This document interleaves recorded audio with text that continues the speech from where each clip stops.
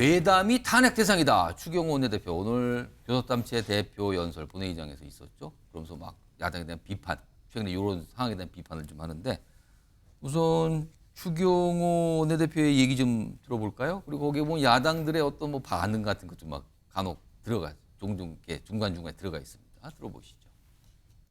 얼마 전부터 민주당은 정부가 계엄령을 준비하고 있다는 황당무계한 가짜 뉴스까지 만들어 퍼뜨리고 있습니다. 국민을 바보로 여기는 것입니다. 탄핵을 한다면 이런 거짓 괴담으로 대한민국을 혼란과 분열로 몰아넣는 이런 세력들을 탄핵해야 하는 것 아닙니까, 여러분?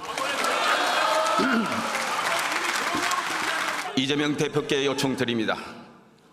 민주당이 방탄 정당의 굴레에서 벗어나도록 놓아주십시오.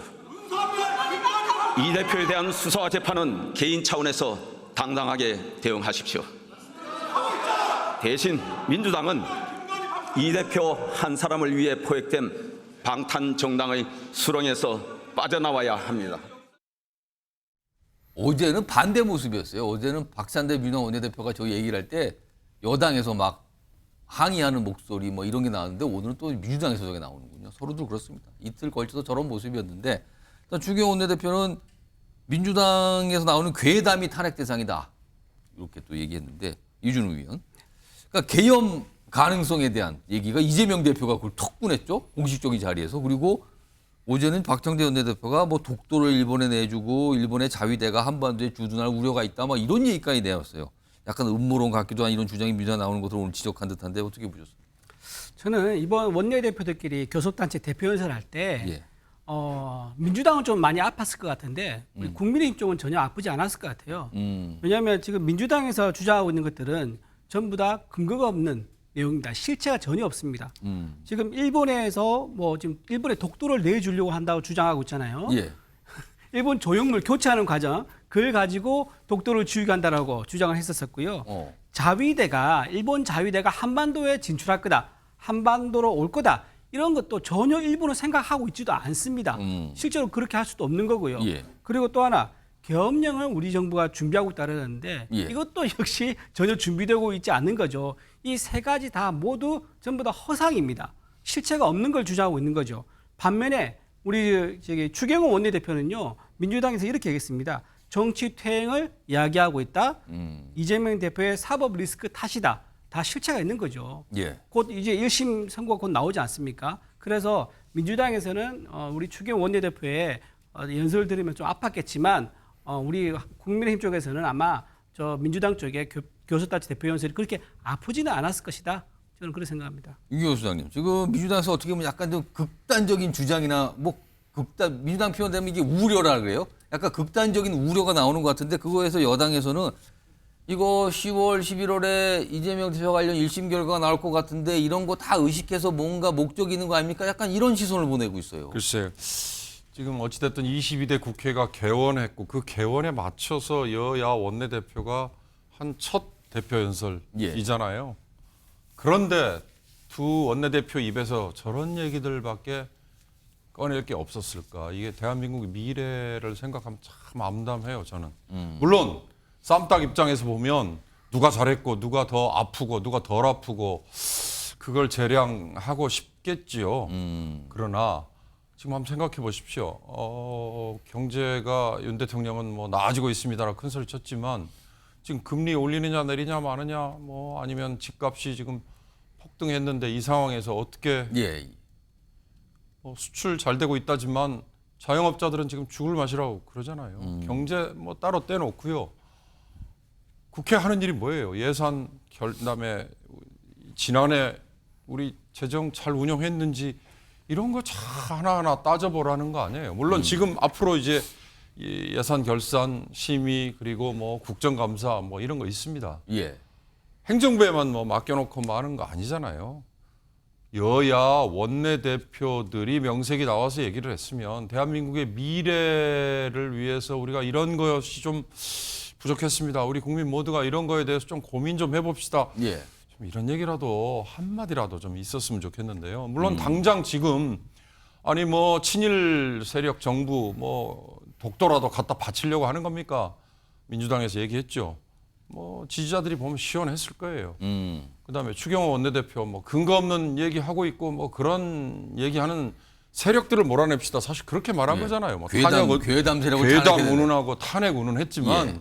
그런 걸 오히려 탄핵해야 됩니다라고 얘기했잖아요. 그 얘기는 뭐예요? 서로 네가 나쁜 놈이야. 너 상대로 나 정치 못하겠어라는 식의 얘기인데 모르겠습니다. 초선 의원들끼리 둘이 연설하라고 그랬으면 저런 얘기 했겠죠. 그러나 명색이 당의 원내대표들이 한 얘기라면 당장 저렇게 눈앞에 보이는 상대에 대한 원색적인 비난 이것만이 지금 다뤄져야 될 얘기인가. 전 그런 점에서 좀 암담하다는 얘기를 좀 하고 싶습니다.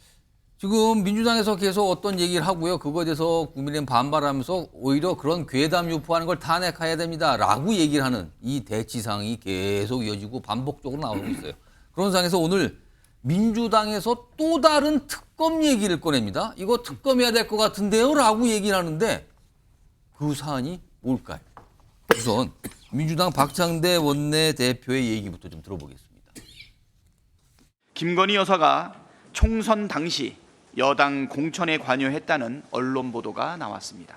이 보도가 사실이라면 소문이 무성하던 김건희 여사의 당무 개입과 선거 개입, 국정농단이 실제로 있었다는 것이 되기 때문에 경악할 수밖에 없습니다.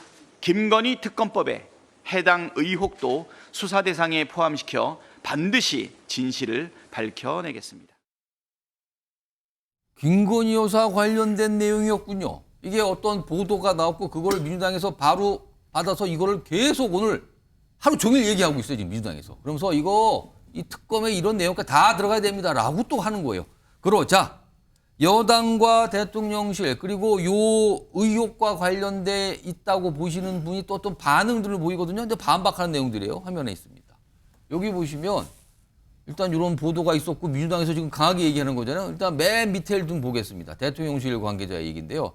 아니 김영선 전 의원 여기 이제 요 내용에 나와요. 요 이름이. 근데 당초 컷오프 됐다. 결과적으로 공천이 안 됐는데 무슨 공천 개입을 누가 했다는 겁니까? 라는 반박.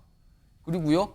지난 총선 당시 국민의힘의 공천관리위원이었던 분이 이런 얘기를 해요. 어차피 컷오프 대상자였다. 김영선 전 의원. 공관위 차원에서 결정 내린 거지. 이거 해당 보도 이거 낭설이다. 이걸 민주당이 받아가지고 이렇게 얘기한다 또. 그 당사자라고 할 수 있는 김영선 전 의원. 아니 총선 당시에 공천 관련 일로 김건희 여사 연락한 거 없다. 안 했다. 부인을 하고 있는 거예요. 그리고 민주당은 또 이걸 가지고 근데 특검 얘기까지 꺼내고 있는 상황입니다. 손석 변호사. 민주당이 또 이걸 계속 약간 공세 대상으로 삼을 것 같은 거네요. 지금 보니까. 뭐 제가 보기에 이건 오래 갈 것진 않아요. 이거야말로 이제 이거 특검 거부 사유가 하나 더 추가된 거죠. 이런 이제 말도 안 되는 특검을 하니까 예. 대통령이 거부권 하는 거 아닙니까? 민주당에서는 이걸 특검 내용에 하나 더 들어가야 된다고 또 주장을 하는 그러니까 건데. 이제 거부권 사유가 하나 더 생겼다고요. 이런 게 말도 안 되는 특검을 대통령이 거부권 안 하겠습니까? 보세요. 첫째는 이제 그 김영선 의원은 없다고 하잖아요. 그런 예. 적이. 연락한 게 없다. 예. 근데 만에 하나 뭐 있다 칩시다. 예. 문자 주고받을 수 있죠.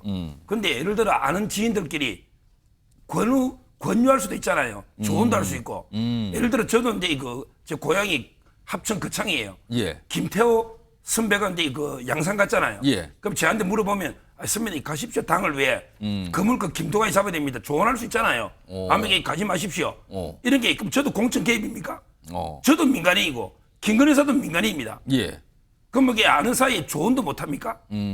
그게 공천 개입이 되려면 예. 공무원이 뭐 공관위원들한테 압력을 여가 직권남용이 되거나 예. 아니면 이게 공무원의 정치 개입이 돼야 되잖아요. 김건희 여사가 공무원도 아니고 예. 공관위원들한테 직권남용도 아니고 단순하게 아는 사이에 조언 정도 문자가 왔다. 이거 가지고 이게 범죄가 됩니까?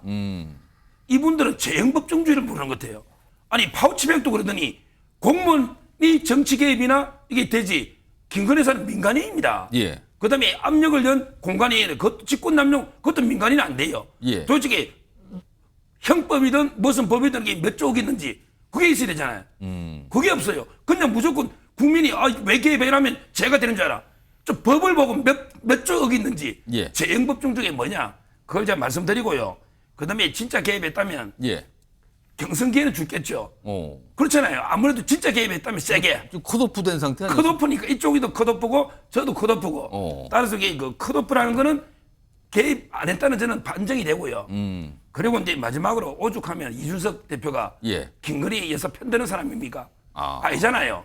계속 진짜 거리되면 비판하죠. 예. 이준석 뭐라 그랬습니까? 대표가 이미 총선 때 제보 받은 거래. 아, 본인도 그런 비슷한 내용을 옛날에. 제보 받았다. 총선 당시에. 당시에. 예. 근데 완결성이었고 이거는 그 선의의 조언일 수 있기 때문에 오. 이슈 안 했다. 이렇게 말하고 있잖아요. 약간 이상하다 판단을 한 건가 보네요. 그러면은. 본인이 이제 볼 때 이거는 제보는 구체성이 떨어지고 실제 개입 범죄 이런 게 아니기 때문에 이슈 안 시겠다.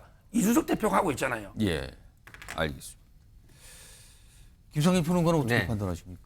뭐 특검까지 얘기한 건 좀 과도할 수도 있어요. 그렇지만 기본적으로 우리가 영향력이 있고 권한이 강한 사람이 무슨 얘기를 하면 예. 그것이 사회에 파장을 미칩니다. 어. 김건희 여사가 그냥 아는 사람이어서 추천한다?